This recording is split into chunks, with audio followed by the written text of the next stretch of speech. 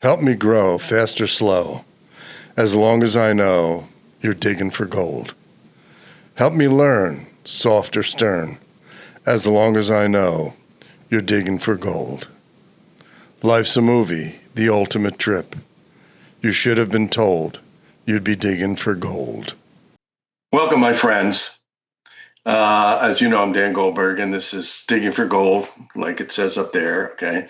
Episode 54, can you believe it? 54. That's many years ago in my age, but I still remember it. And don't forget to subscribe to YouTube at dan.goldberg, Instagram at dan.goldberg, and follow us on Spotify and also on TikTok. Today we have, I can truly say this, an exceptional human being, a man who has been through war and back, maybe not literally, but figuratively speaking. He is a 4-time cancer survivor. He is a diabetic. He's a recovering alcoholic. He's gone through so much and still is now an Iron Man.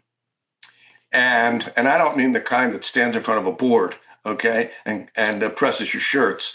He is a real Iron Man, and he just got back from doing a race in Jacksonville, Florida. Correct? Yes, sir. And what else? I'm going to let you tell us what you've been through, okay? And his name is Nick Klingensmith, okay? I should tell you his name, okay? And his company is Strive Motivation. So, Nick, it's great to see you. Dan, it is good to be here, man. I know it took us a minute to get this lined up, and right. I take a lot of responsibility for that, but I'm glad we're here. Yeah, I'm glad we're here too. I can add one thing. I saw Nick speak, and once the speech was over, I said, Nick, you got to be on my podcast. So that's how we got here. So tell us what your trip was like and how you motivate other people to get past a lot of the problems in life. Well, I'm a keynote speaker, and I'm a performance and execution coach, and I do consulting work. But people will come to me for motivation, but that's not what I give them. And I don't think you can give somebody motivation. I think that, yeah, it's inspiring. You see somebody doing and performing the things you want to do or the things that you aspire to. And so it gives you this belief that perhaps you can do it as well. The thing I give people is action. It's not fluff. I'm not trying to tap into some inner chakra of yours. That's for you to do. I give people action, and that's what I do when I'm coaching. And even when I'm speaking, the idea, and you may remember the last 5 minutes of my talk to the group there, it's about turning things into action. It's about taking the challenge, taking the overwhelming challenge, the obscure challenge, that external circumstance, whether we're talking about an illness or some sort of an injury or a business problem or a school problem or any sort of problem, and breaking it down into the wildly specific and stupidly simple action step to get moving. And I learned that process through 3 things. The first was going through what I went through. Like you mentioned, I'm a 4-time cancer survivor. I'm a type 1 diabetic. I'm a recovering alcoholic. I have 7 herniated discs from 2 different rollover fatality car accidents. I suffer from sleep apnea, nerve damage. I was recently diagnosed with POTS.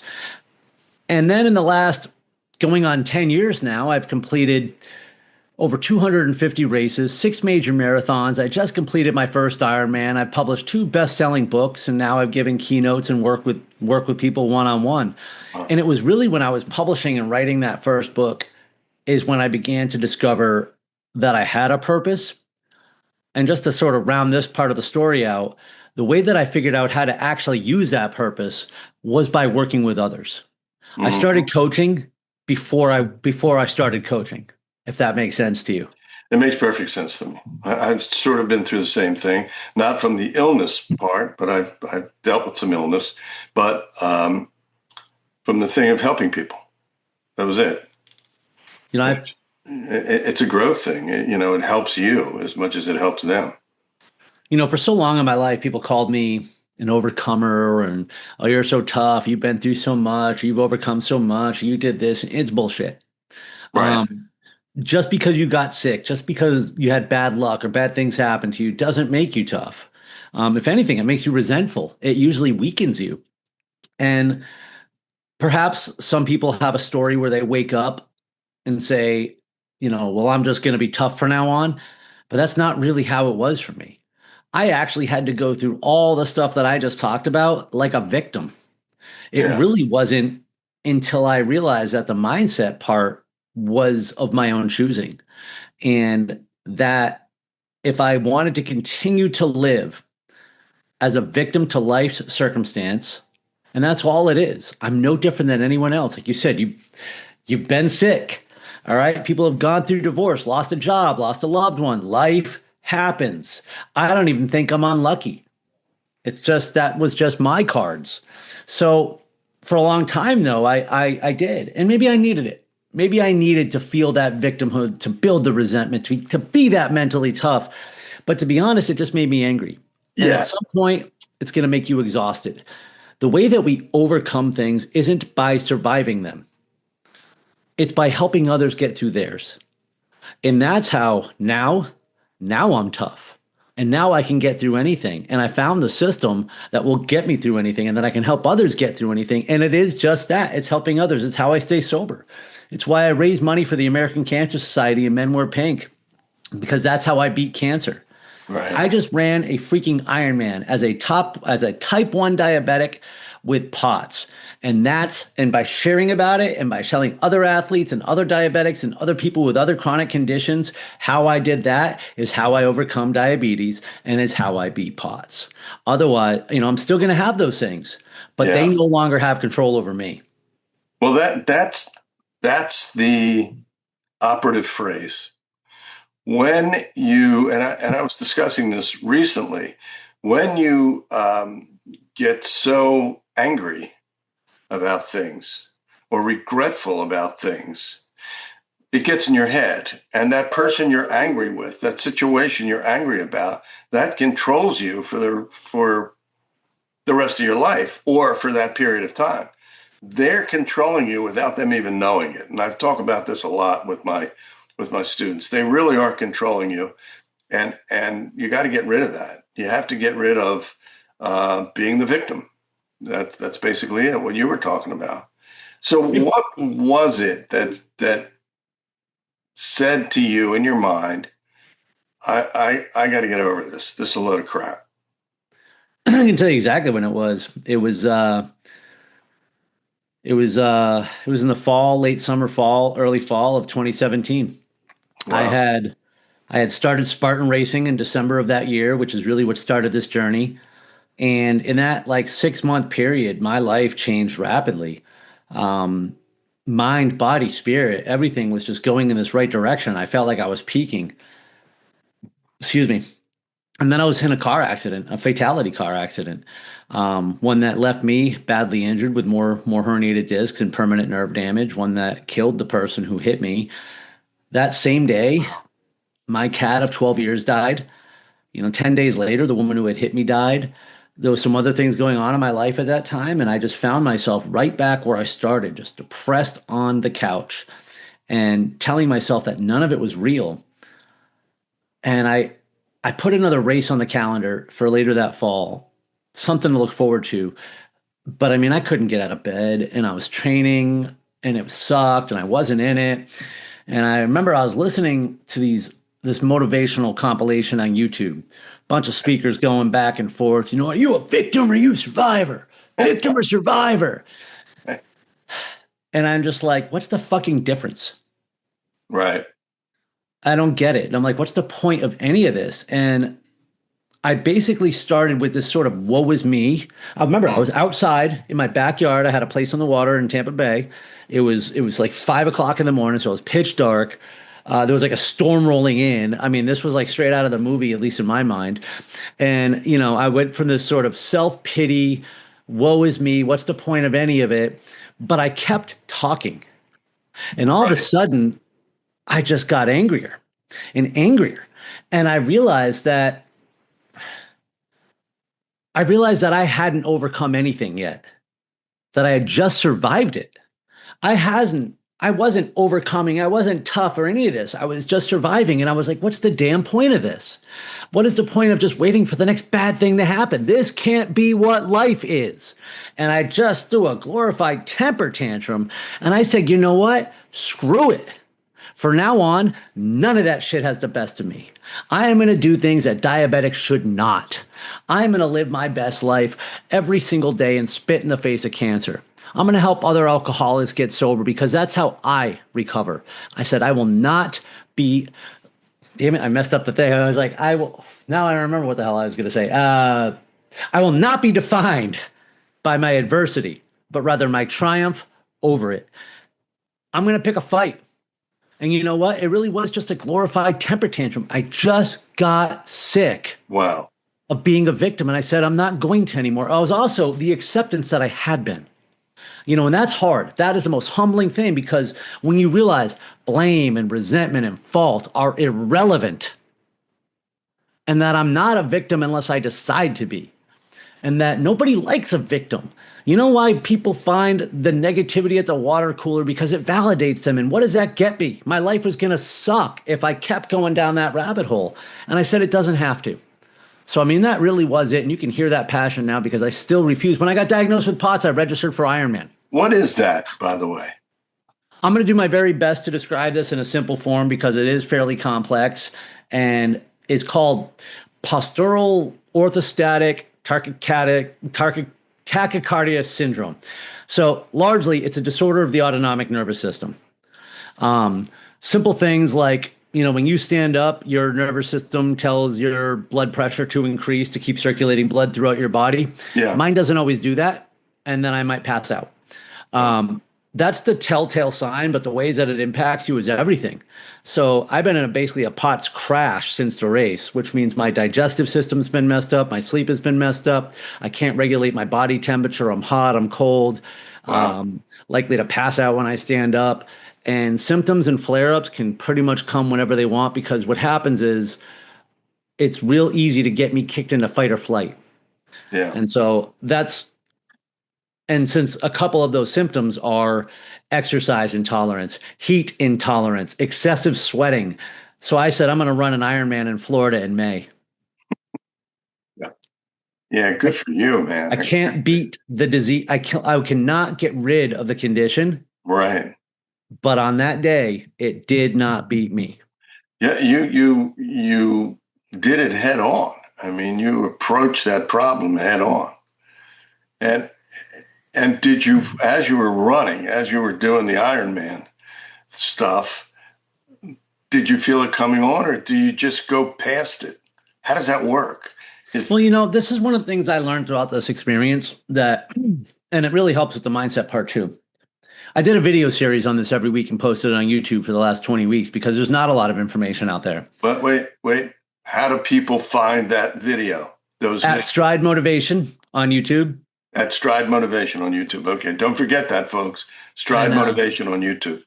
Every week throughout the process, I did a thing called, Ironman training with POTS and type 1 diabetes, week 1, 2, 3, 4, all the way through race day, where I talk about the training, I talk about the symptoms and what I experience and what I navigate. And excuse me. So, throughout that whole journey, and now that what was the original question there? Because I just drifted. Well, no, the original question was how do people find that? Oh, no, wait, right before that. Yeah. So how does that impact during the race? Yeah. What I discovered throughout the process as I talk about POTS, right? And I say, well, it gets hot and I respond this way. I get tired, I respond this way. I need this much hydration, this much sodium, this much glucose, blah, blah, blah. And then I thought for a moment and I said, doesn't everybody? It's true. And I realized I'm not special at all. And it was actually very liberating. My needs may be different, but who am I to say how do I know? Well, that's true. That's a very good point. So during the event, yeah, things go haywire. I had to really force drink fluids more so than I probably would have. I assume more than someone else, but again, how do I know? It really didn't show up during the bike Symptoms definitely showed up on the run a little bit when my body started to overreact from the heat, just that first mile, and my heart rate was sort of jumping out of my chest, even though it wasn't going very fast. That calmed down though. And then it was actually, and this was crazy, this is the darkest moment of the race for me, but mile 6 or 7 into the marathon, even though it was 105 degrees outside, I started shivering. Wow. Because my body couldn't regulate its temperature and I was Wow. freezing. And I'm like, this sucks. And that's when it was dark for me because I'm like, I have like 3 more hours left of this. And I'm like, and it went away. Wow. But that's, the symptoms Wow. show up. And the fact is, like anything, when the bell goes off, when the whistle, when the beep, right? They go beep, you jump in the water and go. When that beep happens, you're on the clock. It really doesn't matter. I mean, it's no different than anyone else who got sick that day from too much heat or this or that. Life happens to all of us. It manifests in different ways. We all have our own frame of reference. If somebody right now is listening and they'd be like, wow, I've never even stubbed a toe. Well, if you stub a toe, then that's the worst thing that ever happened to you. It doesn't make it less. It's your frame of reference counts. Sure. It's your toe. Nothing else has happened to you, and it hurts. Then it's funny. I actually there was a adaptive athlete with a prosthetic, and I ran into him kind of early in the marathon. Maybe I don't remember exactly where, but we were like climbing up a bridge or something. And this dude comes, who's running before me, as we're passing this guy. He goes up to him first, and he's like, yeah, you're a badass, brother. He's like, I'll look at you and I say, man, I ain't got nothing to complain about. And, go get him. Well, I run up next to that guy and I said, hey, fuck what he said. My situation sucks. He started cracking up and I'm like, you're a badass, but that ain't got shit to do with me. Right. Exactly. It's interesting because, and I believe I've said this before, sometimes in the morning, when I'm laying in bed and I got to get up really early to go to the university, I go like, but I always have to work out every morning. I get up earlier to work out. And I'll say, I got to get up. And my wife will always say, but you love it. And I say, I do. But my daughter gave it a little extra thing. And she said, don't say that I have to do this. Say, I get to do this. You get to work out. You get to work out. Everybody, doesn't have that ability. So you get to work out. Just do it. And she's right. You're right. Everybody's frame of reference is different, but you get to do what you're doing. You get to do things that other people could get to do if they did it. I'm always weary on that one. I'm just going to tell you why. Like, I don't give a shit what anyone else has to go through or doesn't have to go through. Yeah, I get that. Yeah. And I mean it like I have to do that way because I think comparison is stupidly dangerous. It's like when someone says, hey, you could have it worse. It's like, screw you. I have this. So, right. What you're going through is valid. I'll tell you what, man, I hate getting up in the morning. I do. I hate it.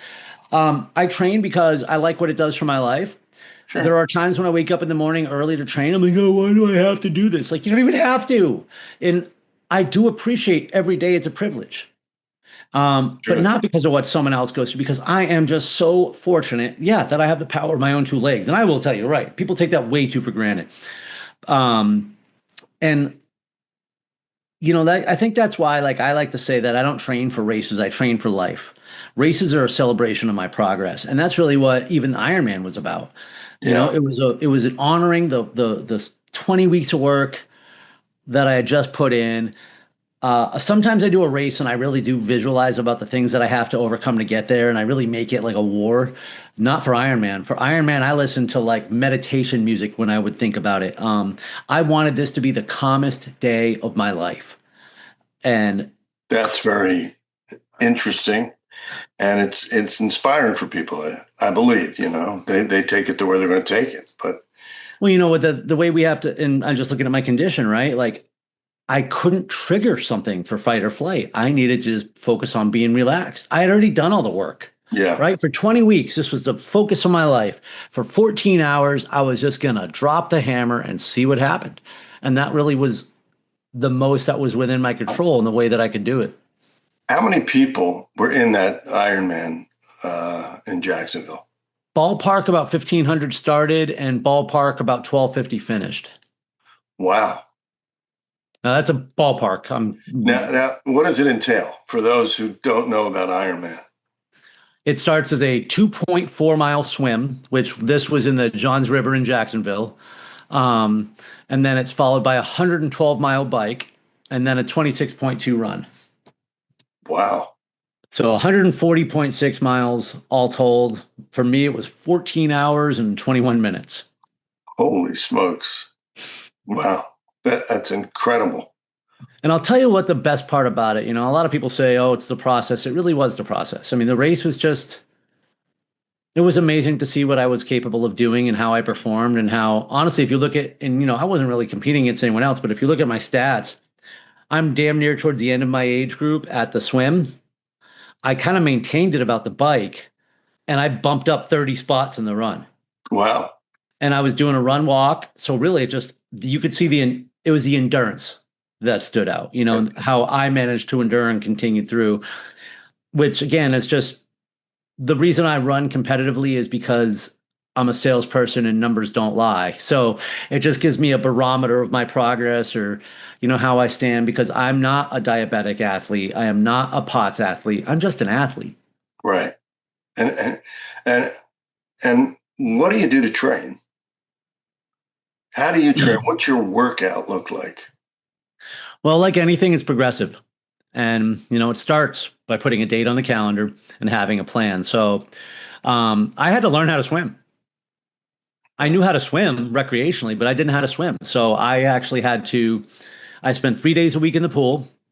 On Mondays, I'd primarily do drills that I found on YouTube. And, it started literally in January 2nd or something like that with like 500 yards in the pool. And this one dude thinking I was going to drown.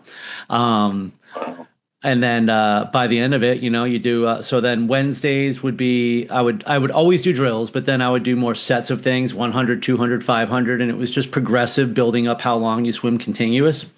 And then Fridays would be my endurance swim day where basically it's like, all right, I swam 1,000 yards today. Next week it's 1,200. Next week it's 1,500. And just up until it was over 2 miles of just continuous nonstop swimming. And then towards the end, I would get in the open water down in the Gulf. But I wouldn't do big swims there. A couple hundred yards here, a couple of hundred yards there. It was really about training in the pool, practicing in the water. So I'll tell you, I would try that, but the water wings get heavy after a while. What? The water wings that I have to strap on my back so I don't sink. They get heavy because I'll tell you what. Swim, but not learning how to swim, like the small techniques, made swimming the easiest part of the race. Yeah, really. Yeah, I think swimming is the easiest discipline out of all of them. Once you just learn how to do it, I could swim for hours, like just casual breath, like your body's doing the work. You're gliding through the water. And I'm not saying you won't tire, but I'll tell you what, when I got out of the water of that 2.4 mile swim, I felt better than I had in my life. I was ready to roll. Wow, that's pretty cool. Now with a bike, I would do 3 sessions a week, Tuesdays and Thursdays in the morning in my garage. I hook it up to an indoor trainer because it's dark and I don't want to get hit by cars. I would do. No, you don't want to do that, by the way. You don't want to get hit by cars. No. No, you don't. So I did mostly intervals on Tuesday where I would do 3 minutes of hard or 1 minute of hard, 3-minute recovery just to try to get some power. I really was making the bike workouts up as I went along. And then Saturdays were long bike day. So, it started with 20 miles, which is nothing, and then 30 miles and then 40. Once it got over to 50, I'd start going up to the Suncoast Trailway here, just north of Tampa. And that's when I would do my 50, 60, 70, 80, 100-mile rides. Wow. And the thing about the bike is it's about time on the bike. And this is what most people who say, oh, I could never do that. First of all, anybody who ever says that, I will argue with you, and I am right. Second, if you don't want to do it, then shut up, because that's something different. Just say you don't want to do it and move on with your life. Yeah. I can't see myself doing it. I mean, it's just but I do ride a bike every day. So, I mean, you don't have to want to do it, right? It's whatever gets us going. For me, I told you it was about something else, Right, sure. But the thing is about training for it, it's just time. It's not even the effort, it's time. As a matter of fact, like I said, low effort. When I never got into zone 3 on the bike, my like active heart rate. Usually it was zone 2 or even lower. Wow. So it's just about time on the bike and learning how to fuel and Yeah. hydrate. And then the run, I also about 3 days a week, I followed a marathon training plan that I've used the last few years. And since I was only running 3 days a week instead of six, I basically would rearrange things a little bit or skip certain parts so that they effectively would kind of maintain the same thing. So I'm still getting the kind of interval runs in and then long runs in. But the thing about the plan is once you design the plan, all you have to do is execute the plan. And it's not about thinking, oh, how bad do I want it or getting myself pumped up for anything. I spent $1,000 to register for the race. The rest is just executing the how I get to it. And Yeah. I have found, and I'm sorry, I'm going on a monologue No, here, but no, the no, this most is good. powerful thing anybody can do is a consistent effort. I totally agree. I mean, for me at my age, I know that I want to be in as good shape as possible. Okay. Um, or maybe that's the wrong way of saying it. I want to be in the best shape I can be. Okay. So every morning I do this workout that I was talking about. And it's because I know that I want to do this workout. And I'm not going to let anything hold me back. I will do this workout. And it pays off. I mean, you feel better. For me, okay, I eat a certain way. I'm not a glutton and stuff like that. So my diet is very um, organic, for lack of a better term. But I do like meat. I do eat meat, and I like my protein, all that other stuff. But it's usually organic, and except when you eat out. It's a problem when you eat out. You don't know if it's organic or not. But um, I think that most people who are having a hard time with their life because they are the victim and they're talking themselves into it need to listen to you because your story, your motivation is something that's captivating for them and can help them get over any of the problems they're having in their life that they impart into themselves. So, where do you speak when you lecture to people? Okay, maybe that's the wrong term. When you're doing a speech. I find myself on a lot of stages for sales organizations. Um, you got to figure that, and one thing that, and this is going to sound mean, but I don't, oh well, I argue a little bit. The people who are so entrenched in their victimhood shouldn't listen to me at all. They're going to hate every word I have to say, and it's only going to further entrench them into their victimhood. Yeah, I get It's the that. person who doesn't want the person who recognize whether they recognize they're a victim or not. They have to recognize that they have a choice and they want to take it, but don't know where to start or aren't necessarily sure where to go or believe that they can make it. Those are the people who need to hear me. Yeah, Because when I'm speaking to them, whether it be to sales organizations, HR groups, I'm speaking to a realtors organization next month, a business class. The idea is the same. And you only heard the last 5 minutes that I had presented to that group was the framework for what I talk about now, which is turning obstacles into actions. And sorry, that's what repeat that again. turning obstacles into actions. Okay, get it. Okay, And it's that 5-step process of defining the obstacle, accepting the circumstances, determining the shift, creating the actions, and relentless execution, and breaking those things down into how we move forward. And I'll tell you something, relentless execution is what scares a lot of people too, because they think it's like a YouTube motivation or something where you see a bunch of people just bleeding and sweating to death trying to accomplish something with whatever. That's not what relentless execution is. Relentless execution is about the willingness to execute imperfectly. It's about, as a matter of fact, one of the greatest lessons I learned about triathlon training, my Ironman training specifically, the best workout is the one that sets you up for the next workout. So if I'm leaving well this, said. If I'm leaving this training session done and I'm like, oh my God, I crushed it today. I gave everything I had, and then I got to miss tomorrow's workout, then I done fucked up. Because none of it is about some one big hero effort. And here's the cool thing, when you take your pressure off yourself, that too, right? You know how many hero moments I had in the last 20 weeks? A lot, because you're hitting new PRs like all the time. Fastest this, longest this. You keep surprising yourself because you're not trying to fit yourself into some like one, square peg into a round hole. I, I agree with you. I mean, every morning during my workout, I say to myself, okay, it's time to increase these reps. It's time to do this. I've been doing this for X amount of time. Let me increase it. And then I increase it and I go to the next thing. And there's a feeling of accomplishment. There's a feeling of diligence. You got to be diligent. You can't slack off. And you have to be ready to feel that, okay, I did it. Okay, what's next? And I like having those, I like having these things pre-planned, and I race and run. I run by heart rate. So I run by my own ability. I don't run to a prescribed time. And I say, I'm going to do 20 minutes in zone 2, 20 minutes in zone 3. I'm making this up here. That means I simply execute. When people ask me like, how do you keep your heart rate under control when you run? I'm like, I don't. I keep my pace under control. Like my pace follows my heart rate. So Sure. When you do that, this is literally what you're doing. You are performing to the level you are capable of.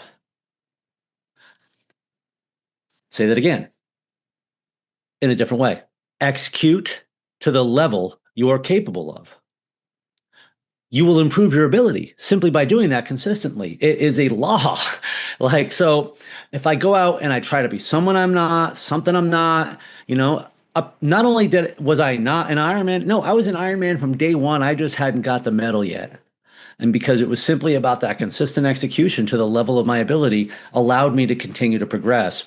I think one of the things that stops us from going after these big goals is because we aren't the person we think we need to be to achieve it yet. And we're either afraid, unwilling, or unknowledgeable about how to get weeks 1 through 20 in, how to get week 1 in. Yeah. Yeah. Or unmotivated.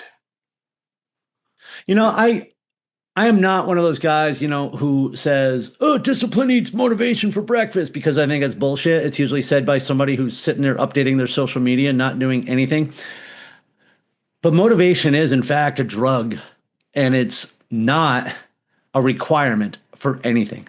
Yeah. I'm the least motivated person you know. I have more excuse. That little bitch that I was doing through all that stuff is still inside. Yeah. He is throwing excuses at me all the time. It's not about motivation. I'm purpose driven. I choose a goal that's important to me. And then it's interesting. Yeah. And then I pursue it.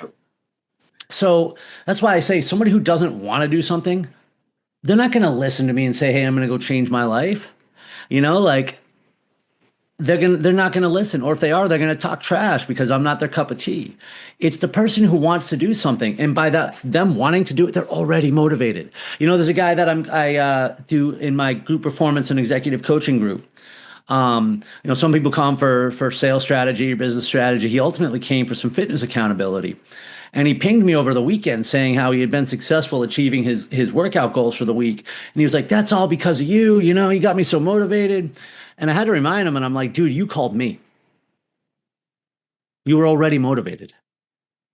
You already had a why. You already had a motivation as to why you're doing what you're doing. Now, that said, I cannot give you that, but I can help you connect it or find it. Like for him, same way with you. We try to restart things. We want to be who we were in our 30s sometimes. And when we can't, we're like, oh, I'm not doing that.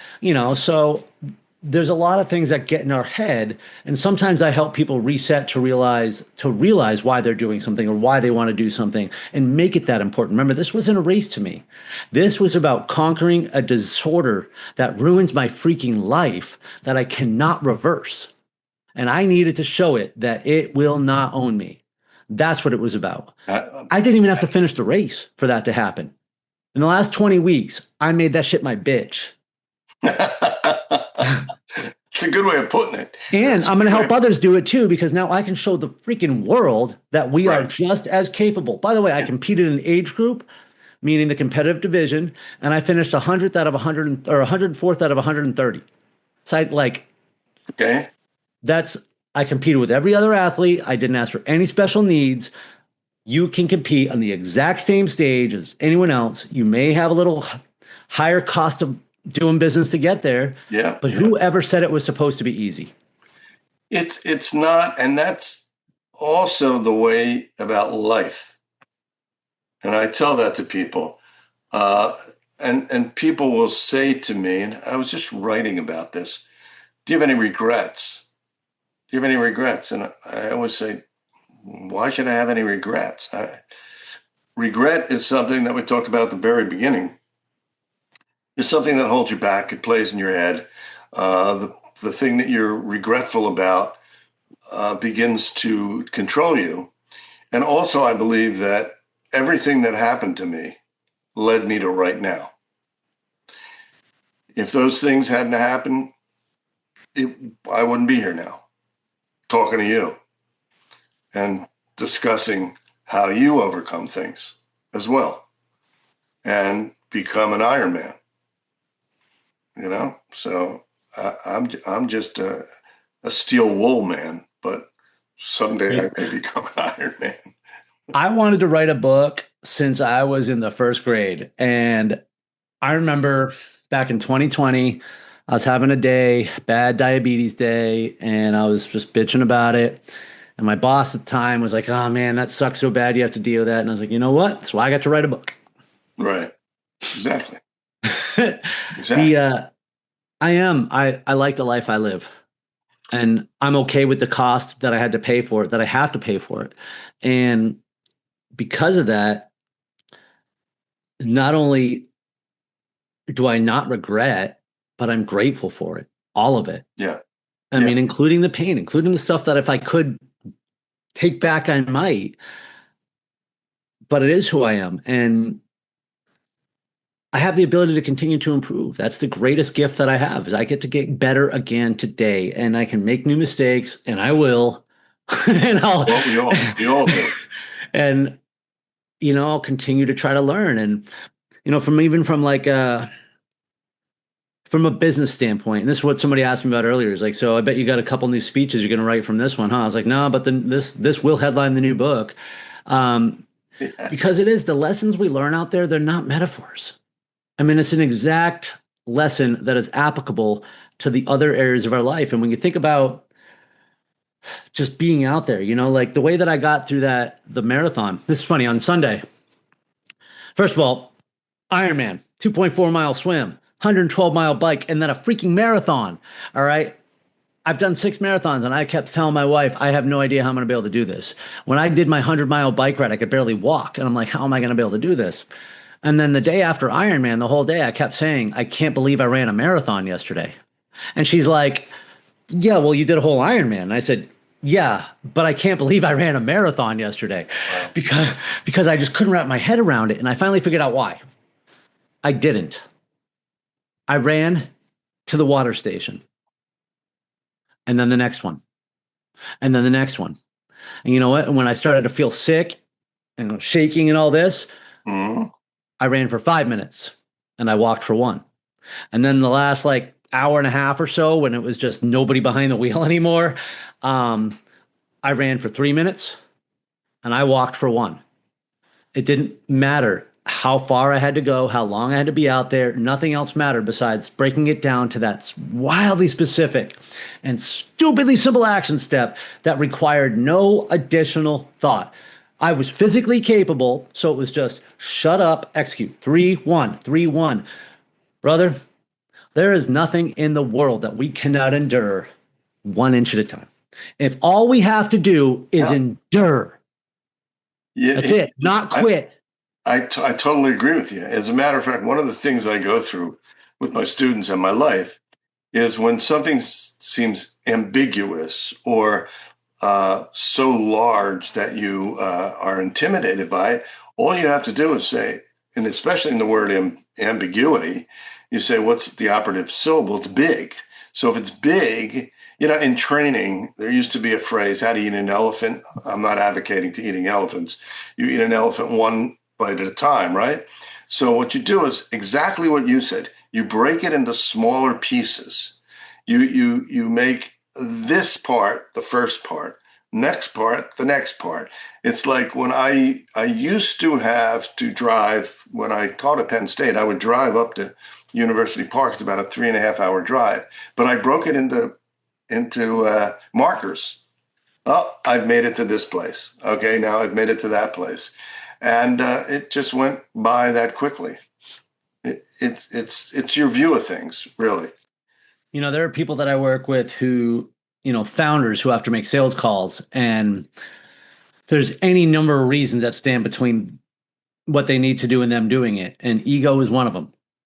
Fear is another. Lack of knowledge or experience. This uncertainty, ambiguity. Ambiguity kills progress. And it does. That literally why I break things down, and I'll say it again, wildly specific, stupidly simple.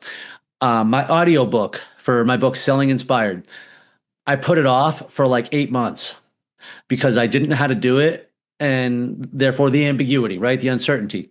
So what I did is I said, all right, I'm going to ask Chat GPT, how do I do this? Break it down, make it simple for me.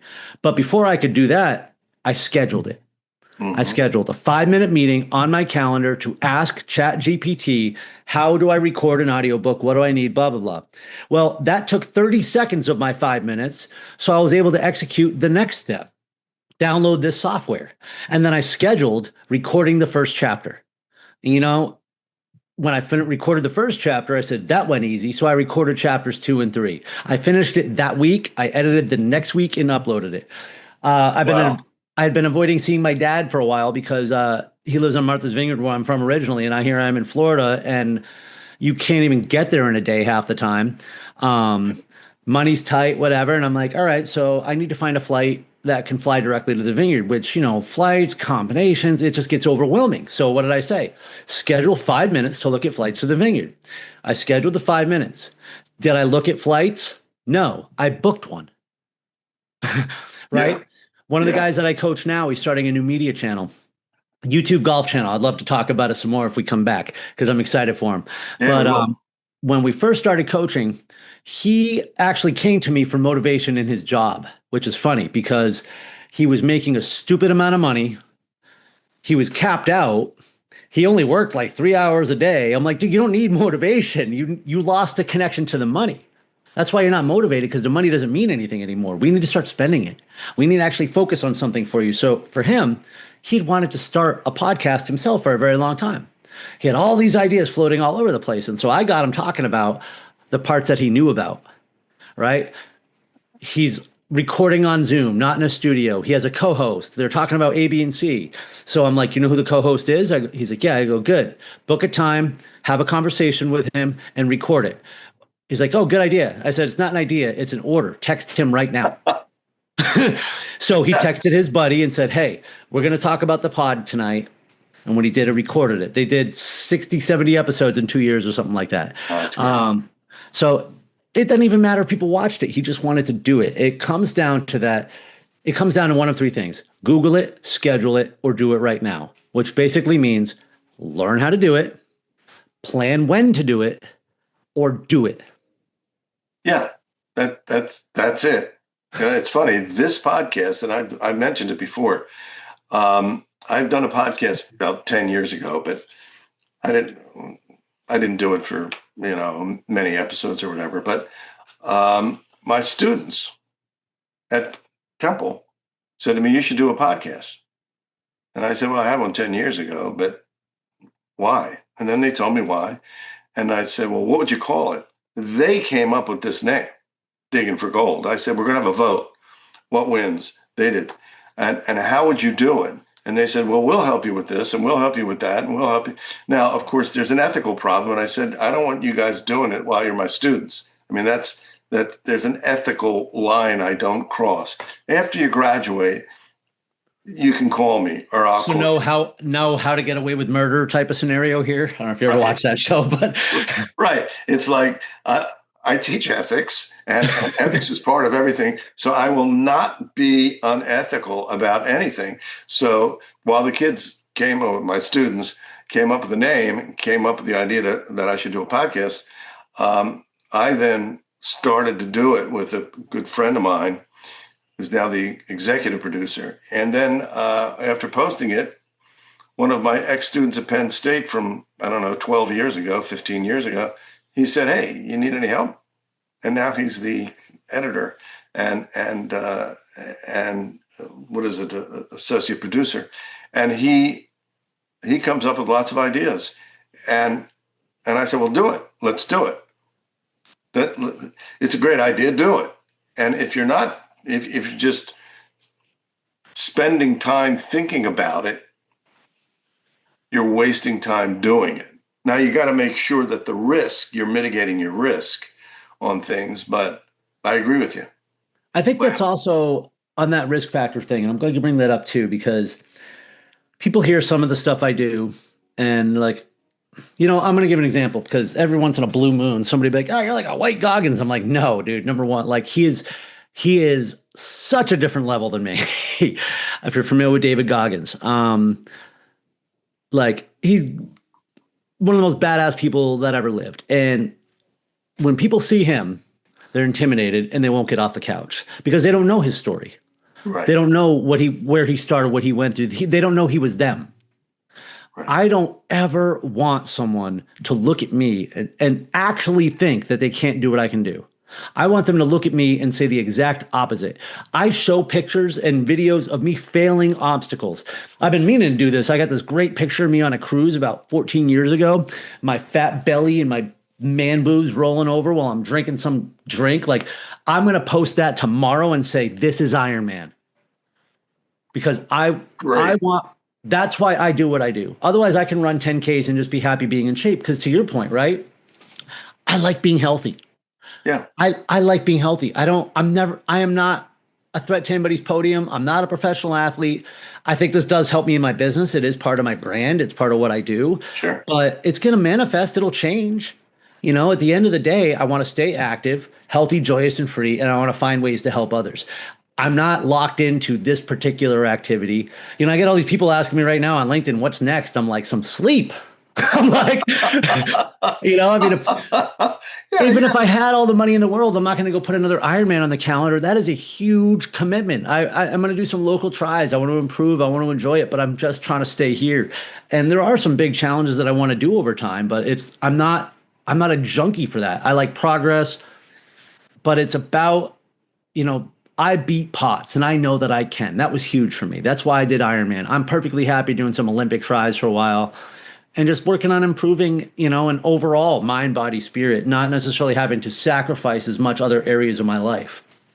That makes perfect sense. I mean, and for me, it's very interesting because I've done a lot in my life. I'm not a kid, I'm looking. You may not know this, but I talk about it in the podcast. I'll be 79 in a few months. Okay. Holy shit! I thought you were like low 60s. Well, I was. I was at one time, but good for you, bro. But the fact of the matter is, I've done a lot. I love staying busy. I love working out. I do work out, but sometimes I will sit on my couch, and my wife will be in my den, and we'll be sitting on the couch, no TV, no anything, just looking out the window.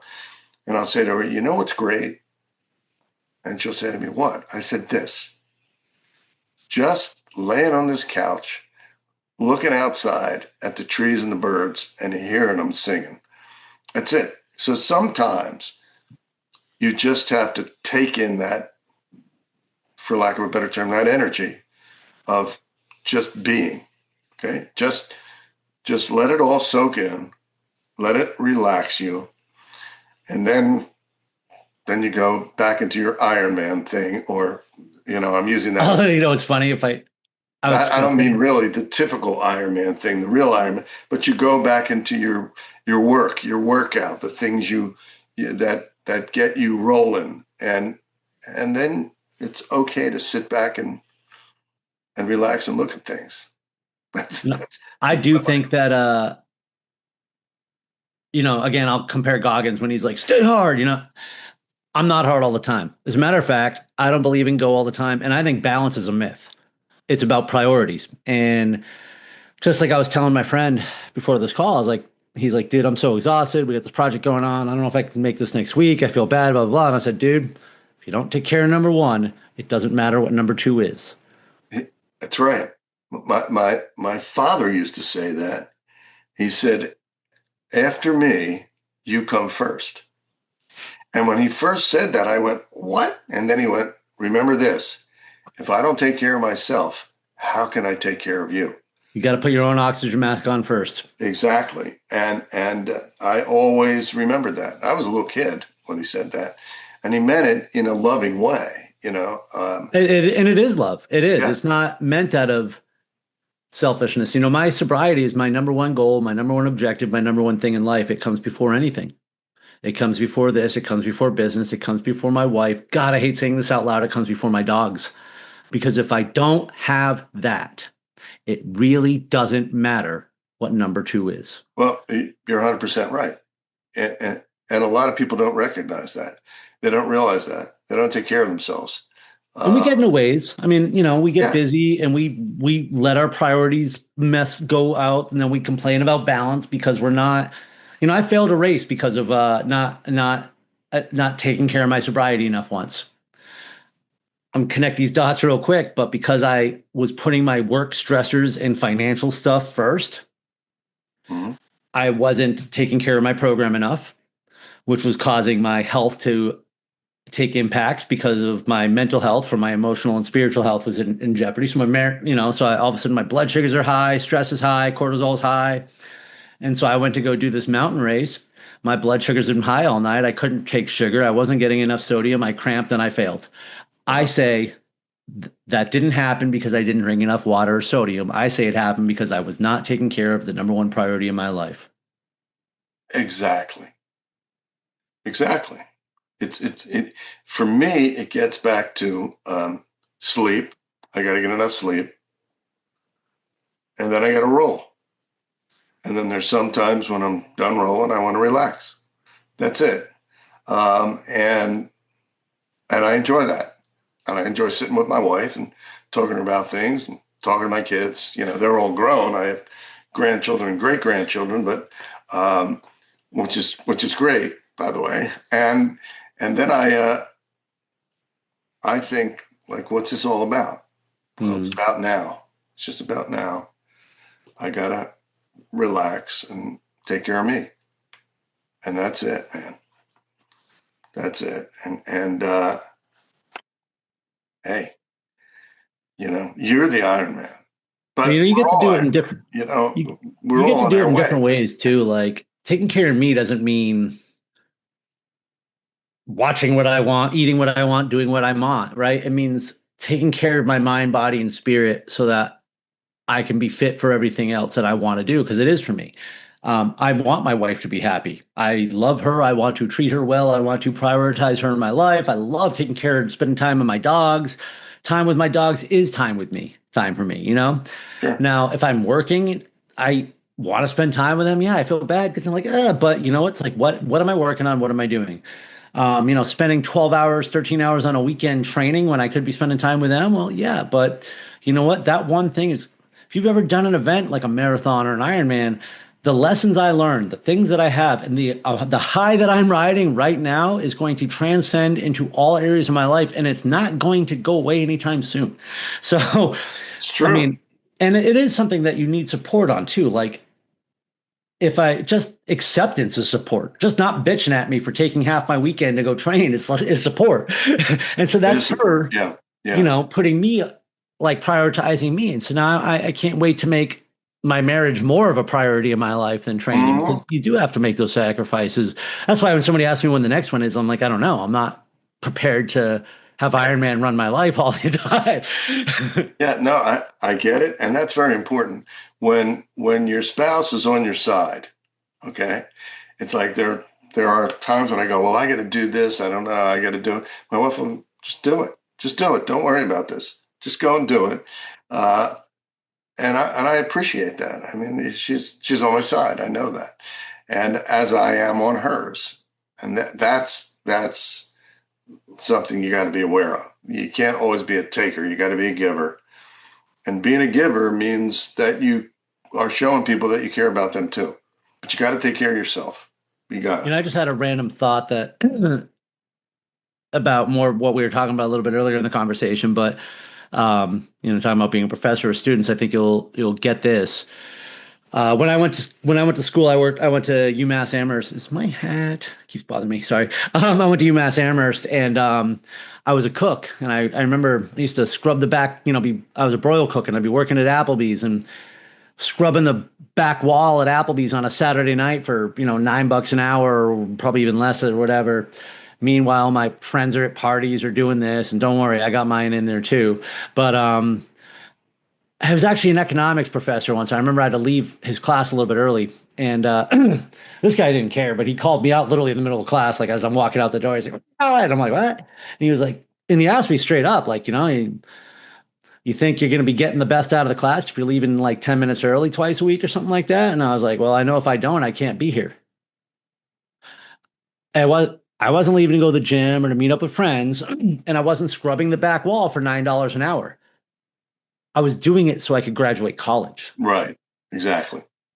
I can stand in my own head in that grease for an hour to get me my degree. It wasn't grunt work. It was the work. It was a part of what was helping me to get there. And it was an economics class. And that's why I loved he had called that out. And that's why I remember it so well, because we kind of talked about it. Like, he wasn't a dick. He was eccentric, but he wasn't a jerk. It's interesting because when my students say, listen, I got to get to work, and they may leave 10 minutes early or whatever the case is, I'm always fine with it, because I think to myself, isn't that the reason you're here? To get to the point where you can get a job and learn how to make those decisions and priorities like we're talking about. And I say that's the whole purpose, so that once you graduate, you're in a career. And if this is your career and you have to leave 10 minutes early, okay, leave. I mean, that's why they have career fairs at universities, right? So you can get hired. Yeah. When somebody gets hired, and they got to make the train to get there, I'm always good with that. If I find out that that's a load of crap, that becomes a different story. Okay. But I basically trust my students. They're pretty good. It was just a good example. I remember of like doing it. It's about your why. It was about my motivation. I wanted my education. I wanted to graduate college. And by the way, when I then get back from work at like 1:30 in the morning, and I'm up until 3, 4 o'clock doing all my schoolwork and stuff, so I can get up at 7 o'clock and do it all over again. Like, the same thing I would say is there's no point in me scrubbing the back wall at Applebee's if I'm not going to do well in school. It's true. And so the cycle came around, and, for 3.5 years, that was my life. My spring semester and senior year, I made up for last time. Well, I got to tell you something. That in itself is an Ironman feat. 100%. We just don't know any different then, Well, you know what it is? We know where the finish line is. When you're 18 and you're going off to college, you assume 4 years later, I'm crossing the next, I'm moving on to the next sport, the next discipline. And plus it's always, I never even had to break it down. I wasn't worried about graduating when I was a freshman. I wanted summer break at the end of the year, or then it's this or that. And then all of a sudden you're like, wait, I don't want to leave here. Well, it also is, there is something about staying busy. There's something about it. It was Warren Buffett who I think just sort of stepped down or whatever. Somebody said to him, aren't you going to retire? And he said, and relax. He said, I'll have plenty of time to relax when I'm dead. And sort of that's my philosophy. I just want to keep going. I want to keep going. And I love talking to people who are coming up with new ideas in their 80s, okay, or 90, as well as in their 20s or teens. And that's to me what drives people to get things done. It is that spark in their life that says, I'm gonna finish this. I'm gonna run those 26.5 miles or whatever it is. Okay, I'm gonna swim that 2.5 miles, and I'm gonna bike that 100 miles. I'm gonna do it. And I started this podcast when I was how old? 77 or whatever the case was, and I love it. It's fun. I get to meet people like you.